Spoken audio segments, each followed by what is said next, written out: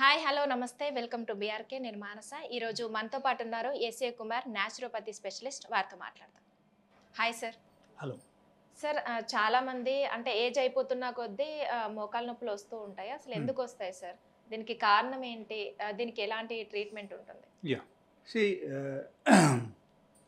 whenever we are coming to 40 plus, అప్పుడు ఏమవుతుందంటే మనకు నార్మల్గా degeneration starts place in the human body ప్రతి ఒక్కరికి. ఇప్పుడు ఇంక్లూడింగ్ డాక్టర్స్ ప్రతి ఒక్క హ్యూమన్ బాడీలో ఈ డీజనరేషన్స్ స్టార్ట్ అయిపోతాయి. అప్పుడు ఏమవుతుందంటే మనం అప్పుడు నుంచి కనీసం మనం సరైన ఆహారం తీసుకోవడం మొదలు పెడితే అప్పుడు మాత్రం మనం రికవర్ అవ్వగలుగుతాం. అండ్ సపోజ్ మనం లైఫ్ స్టైల్ మార్చుకోలేదు, సరైన ఆహారం తీసుకోవట్లేదు, దెన్ అప్పుడు ఏమవుతుందంటే ఆ డీజనరేషన్ అన్నీ పెరిగిపోతుంది. లైక్ స్కిన్ డల్ అయిపోవడం అండ్ బోకాళ్ళు అన్నీ చాలా వీక్ అయిపోవడం అండ్ మనకు నీ జాయింట్స్ దగ్గర ఉన్న గుజ్జు అది కంప్లీట్గా అరిగిపోవడం లేకపోతే డ్రై అయిపోవడం. ఓకే, సో ఈ టైప్ జరుగుతూనే ఉంటాయి. సో ఎప్పుడైనా సరే మనకు ఈ 50+ అయ్యేసరికి వాళ్ళకు drastically due to this degeneration అక్కడ ఏమవుతుందంటే గుజ్జు అన్నీ అరిగిపోతాయి లేకపోతే కంప్లీట్గా అక్కడ డ్రై అయిపోతాయి. ఓకే, సో డ్రై అయితే అప్పుడు ఏంటంటే వాళ్ళకు రెండు బొక్కలు ఎట్లా తగలడం స్టార్ట్ అయిపోతాయి. ఓకే, ఈ రెండు జాయింట్స్లో మనకు బొక్కలు ఎట్లా ఉంటాయి అన్నమాట. సో ఇక్కడ మధ్యలో ఉన్న సాఫ్టీ లిక్విడ్ మెటీరియల్ ఒకటి ఉంటుంది, that is called cartilage. Okay, cartilage అని మనం చెప్తాము, సైనోబియల్ ఫ్లూయిడ్ అని కూడా మనం చెప్తాం. సో ఈ ఫ్లూయిడ్ ఏమవుతుందంటే అక్కడ ఆటోమేటికలీ మనకు డ్రైనెస్ వచ్చేస్తుంది లేకపోతే కంప్లీట్గా డ్రై అయిపోతాయి. ఓకే, సో కొంతమందికి ఏమవుతుందంటే డ్రైనెస్ కొంచెం వచ్చినప్పుడు బాగా పర్టికులర్గా జాగ్రత్త తీసుకొని అండ్ సరి అయిన ఫుడ్ తీసుకొని సరిగా మెయింటెనెన్స్ చేస్తే అప్పుడు ఏమవుతుందంటే వాళ్ళకు ఇంకో అరగదు అనమాట. ఓకే, సో బాగానే ఉంటుంది. లేకపోతే ఏమవుతుందంటే అక్కడ కార్టిలేజ్ మొత్తం డ్రై అయిపోయిన తర్వాత మనం ట్రై చేస్తే అక్కడ రీజనరేట్ అవ్వడం చాలా కష్టం. ఓకే, సో అక్కడ ఏమవుతుందంటే ఓకే ఒకరికి సపోజ్ 40+, 50+కు మనం వచ్చేసాము అండ్ ఆ టైప్ ప్రాబ్లమ్ స్టార్ట్ అయిపోయింది. First thing we have to take an X ray మనం తీసుకోవాలి. ఎక్స్రే తీసుకుంటే అక్కడ మనకు ఆ గుజ్జు అరిగిందా లేదా మనకు తెలిసిపోతుంది అన్నమాట. సో తెలిసిపోతే ఇన్ కేస్ గుజ్జు అరిగిన కేసు అయితే దెన్ పర్టికులర్గా మనము కొన్ని రెమెడీస్ మనం పాటించాలి. అండ్ రెమెడీ ద్వారా కూడా మీకు తగ్గట్లేదంటే then you are must welcome to my clinic.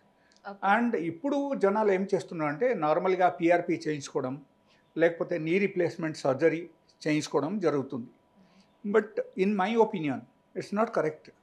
ఎందుకు కరెక్ట్ కాదంటే అక్కడ you lose your originality in the human body. Original thing is original.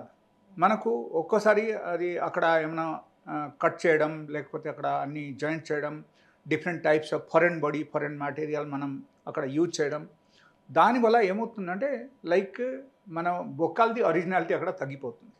Okay, so that is not the particularly permanent solution. Okay, it will run up to some extent. కొంతకాలం అది నడుస్తాయి, ఆ తర్వాత again laps అయిపోతాయి. Like if you think of Atal Bihari Vajpayee when he was in the PM position, వాళ్ళకు కూడా ఈ type problem వచ్చింది. ప్రాబ్లం వస్తే వాళ్ళు ఏం చేశారంటే అమెరికా వెళ్ళి అక్కడ చేయించుకున్నారు.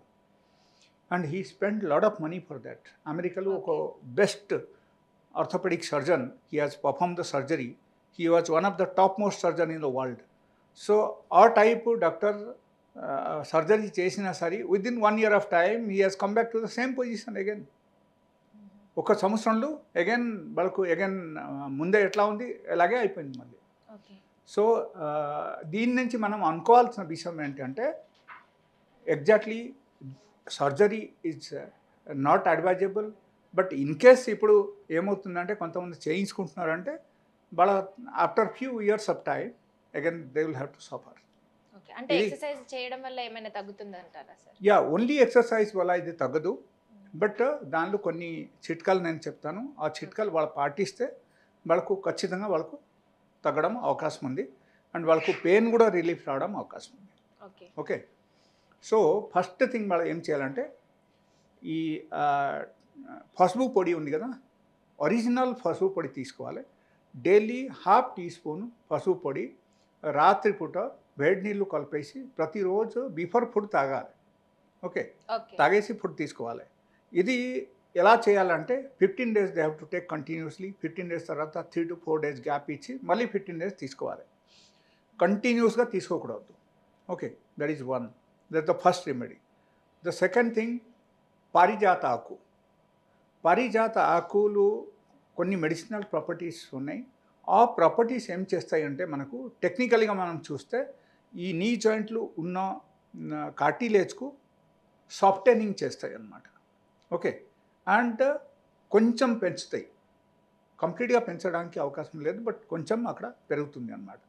సో దానివల్ల ఏమవుతుందంటే over the period of let's say around 1 year 2 years అట్లా మీరు ఆ టైప్ రెమెడీ మీరు పాటించారంటే మీకు తర్వాత జనరల్గా మీకు బాగా అయిపోతాయి అండ్ మీకు ఇబ్బంది ఏమి ఉండదు. బట్ ఇది కాకుండా కొంతమందికి ఏమవుతుందంటే ఎక్సెసివ్గా మెడిసిన్స్ వాడడం వల్ల, ఎక్సెసివ్గా ఈ స్టెరాయిడ్స్ వాడడం వల్ల వాళ్ళకు బొక్కలన్నీ బాగా వీక్ అయిపోతుంది. అండ్ వీక్ అయిపోయిన తర్వాత సపోజ్ ఈ ప్రాబ్లమ్స్ వచ్చింది, లేకపోతే ఒకరికి వైరల్ ఇన్ఫెక్షన్ వచ్చేసింది, ఆ తర్వాత ఇమీడియట్లీ వాళ్ళకు ఈ టైప్ ప్రాబ్లమ్స్ వచ్చిందంటే then specific treatment is required in such cases. అప్పుడు ఏమవుతుందంటే they have to visit a doctor. Even they are must welcome to my clinic also. నా దగ్గర కూడా ఉన్నాయి.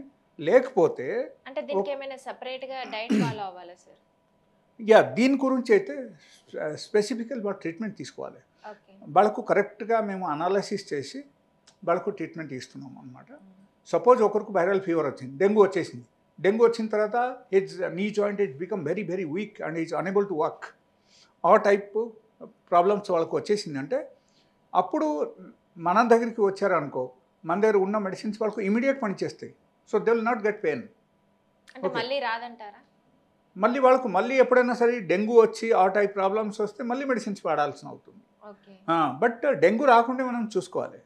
We have to maintain hygienic in our house, in our office, everywhere. So hygienically మనము అన్ని maintain చేస్తే నార్మల్గా ఒకరికి డెంగ్యూ రాదు. అండ్ ఇన్ కేస్ డెంగ్యూ వచ్చిందంటే ఆ తర్వాత ఈ టైప్ ప్రాబ్లం వచ్చింది, లేకపోతే కరోనా వచ్చి తర్వాత ఈ టైప్ ప్రాబ్లం వచ్చింది, లేకపోతే ఎనీ కూడా వైరల్ ఇన్ఫెక్షన్ వచ్చి తర్వాత ఈ టైప్ ప్రాబ్లమ్స్ వచ్చిందంటే so specifically there are some treatments, they have to take the treatment.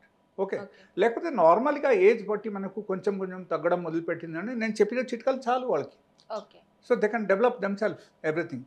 So వాళ్ళకు నా దగ్గరికి రావడం అవసరం లేదు, ఏ డాక్టర్ దగ్గరికి వెళ్ళాల్సిన అవసరమే ఉండదు. Okay, so this is the only thing I want to tell you. And specifically age వచ్చేసరికి కాల్షియం లెవెల్ మనకు బాడీలో తగ్గుతుంది కాబట్టి ఖచ్చితంగా వాళ్ళ కాల్షియం బ్యాలెన్స్ వాళ్ళ మెయింటైన్ చేయాలి. And even they can take calcium tablets also, but not on the regular basis. Regular బేసిస్లో అది తీసుకుంటే కూడా దానికి సైడ్ ఎఫెక్ట్ చాలా హ్యూజ్ ఉంది. అండ్ ఆ సైడ్ ఎఫెక్ట్ మన బాడీకి వచ్చేస్తుంది. సో రెగ్యులర్గా తీసుకోకుండా as per the doctors advice they have to take the calcium tablet. లేకపోతే నార్మల్గా నువ్వులు కూడా తినొచ్చు. నువ్వుల ద్వారా కూడా మనకు కాల్షియం బాగా వస్తున్నాయి.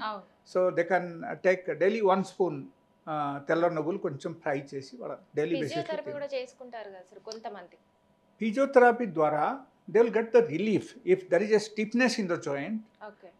చాలా స్టిఫ్ అయిపోయింది, వాళ్ళకు ఎట్లా మూమెంట్ చేయడానికి కూడా అవకాశం లేదు. ఓకే, అండ్ మూమెంట్ చేసినప్పుడు జాయింట్ పెయిన్స్ వస్తున్నాయి, ఎలాంటి ప్రాబ్లమ్స్ ఉంటే మాత్రం then they can go for physiotherapy. But that is not the permanent solution. అస్సలు కాదు. ఫిజియోథెరపీ ద్వారా మీకు పూర్తిగా తగ్గనే తగ్గదు అది. So the problem is the cartilage. Cartilage physiotherapy ఏం చేస్తాయి అక్కడ? There is no chance at all. Okay sir, thank you so much.